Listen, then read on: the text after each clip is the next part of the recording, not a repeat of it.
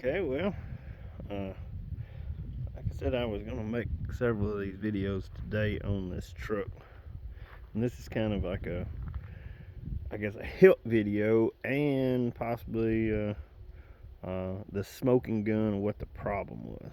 So,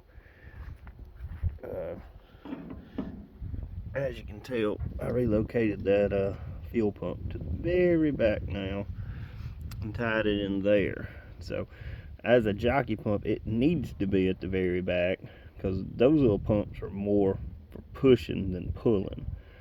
So now that'll pull or push all that all the way up to the front versus trying to suck all that, and then you got a mechanical pump in front of it, so it's kind of counterproductive. So for now, I'm gonna run this tank. That's why I solely was wanting to see if this is my issue.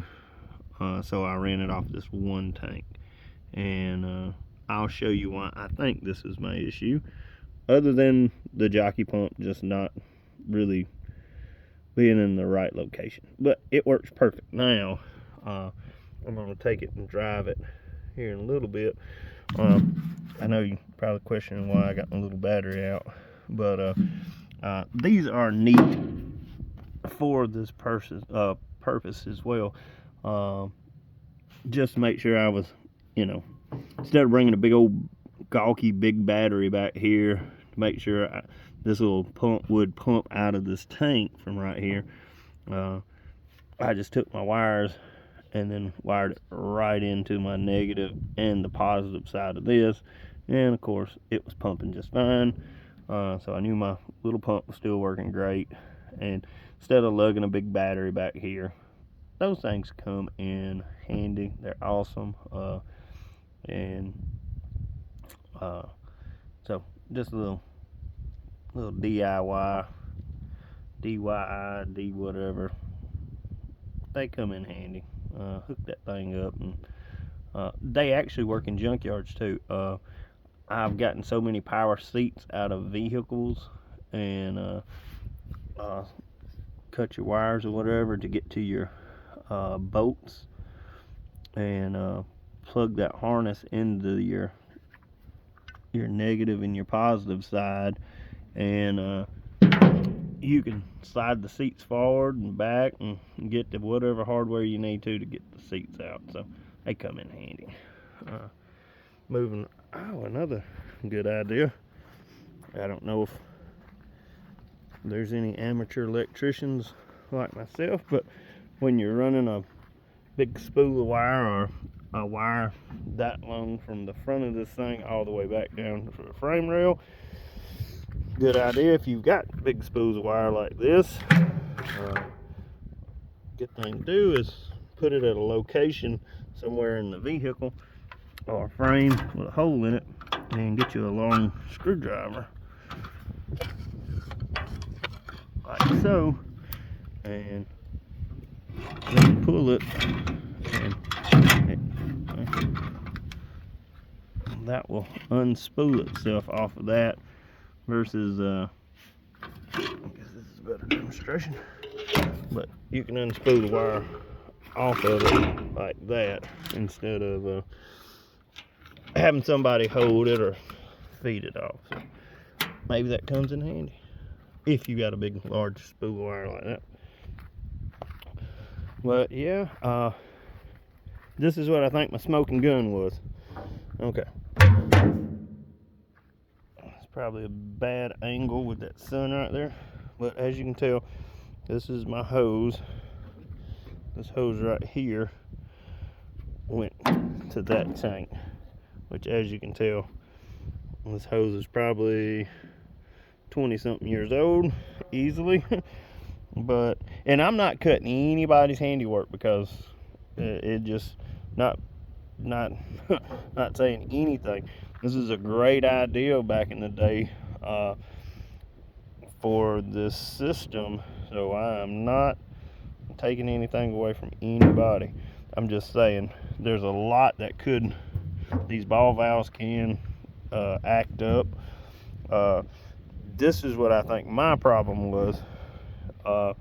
was this goes and feeds the main fuel line going to the carburetor or to your mechanical pump, which the jockey pump was in front of this. Now it's back here, but you had this ball valve, which was open.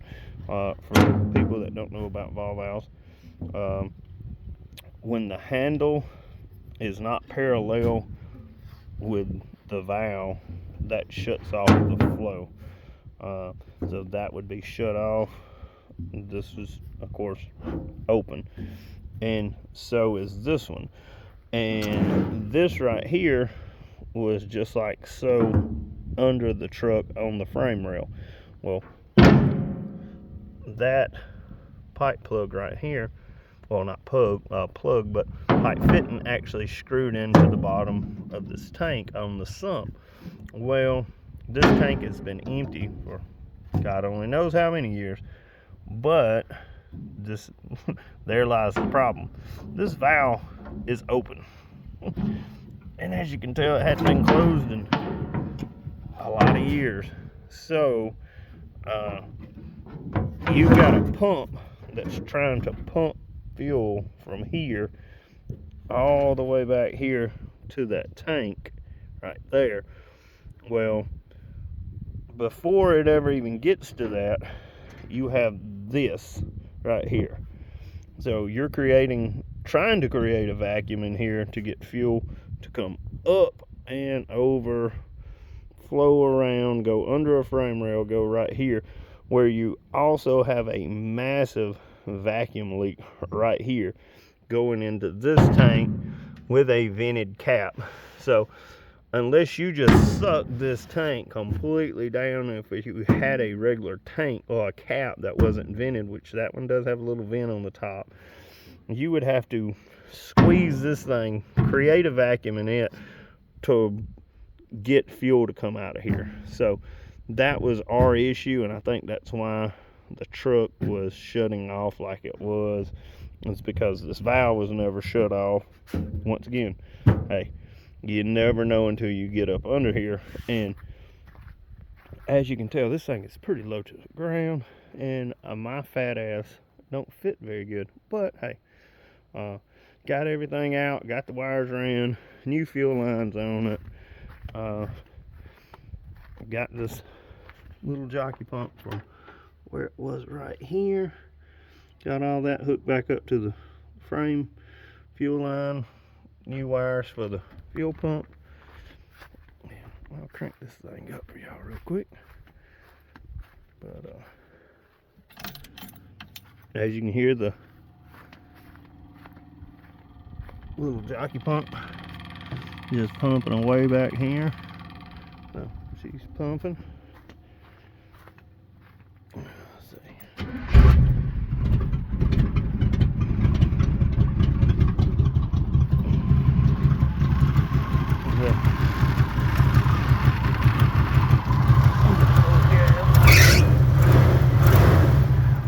Of course, got the old V-belt slippage, but like I said, hopefully we can drive it around this afternoon and check it out and see if that fixed it. But I'm almost positive that did. As you can see, this valve right here in the floor is also a fuel shut-off valve. Then this truck also had them, let's see, make sure you can see it there too, but a fuel tank selector right there as well. So this thing's got more tanks on it than it knows what to do. But this tank is coming out. It's already loose while I was under there. So like I said, this winch is going to be moved back to here. I'm going to make this taller right here and then come off with a ramp and then kind of dovetail it right into here, so the car has more room to get up on the trailer, get closer to this cab. I'm going to build a headache rack for that was trying to make this one a short video, but kind of ran out. But I hope that some of those tip tips help some people out there. But and I hope somebody does the math on this tank real quick. 9 inches deep, 24 by 36. So tell me how many gallons that thing holds, guys. And as always, I hope y'all like and subscribe. And to the gentleman that commented about my that he had one of these shrimp trucks, and he had a pinion seal that was leaking. You are exactly right. Same problem here. So luckily I have a access point, because all these inspection plates covers kind of come up, so I can unbolt these and get to everything, like the spare tire and stuff. But sir, yeah, you're exactly right. But hey, everybody stay safe out there, and keep watching, and hope you subscribe. See ya.